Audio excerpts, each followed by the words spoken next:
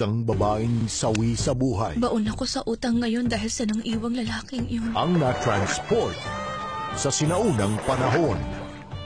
Huwag mo sabihin, nasa katawan ako ng ibang tao. Sa kaharian ng 7 Prince Charming na magkakagulo sa kanyang pagdating. Magtiwala ka sa akin dahil kakampi mo ko. Akin siya. Ang babaeng yan ay pag-aari ko.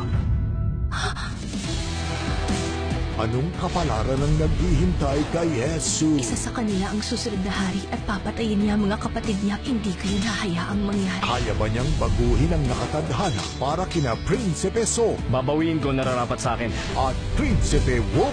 Wala kang pagmamay-ari dito. Lahat ng nandito ay akin. Ang magkalaban sa kapangyarihan at magkaribal sa kanyang pag-ibig. Tama na. Pakawala mo na siya. Ang Korean novelang pinusuan sa buong Asya. Mas maganda siguro kung nagkakilala na lang tayo sa ibang panahon, sa ibang pagkakataon. Bawat minuto iniisip kita. Scarlet Heart sa GMA Heart of Asia.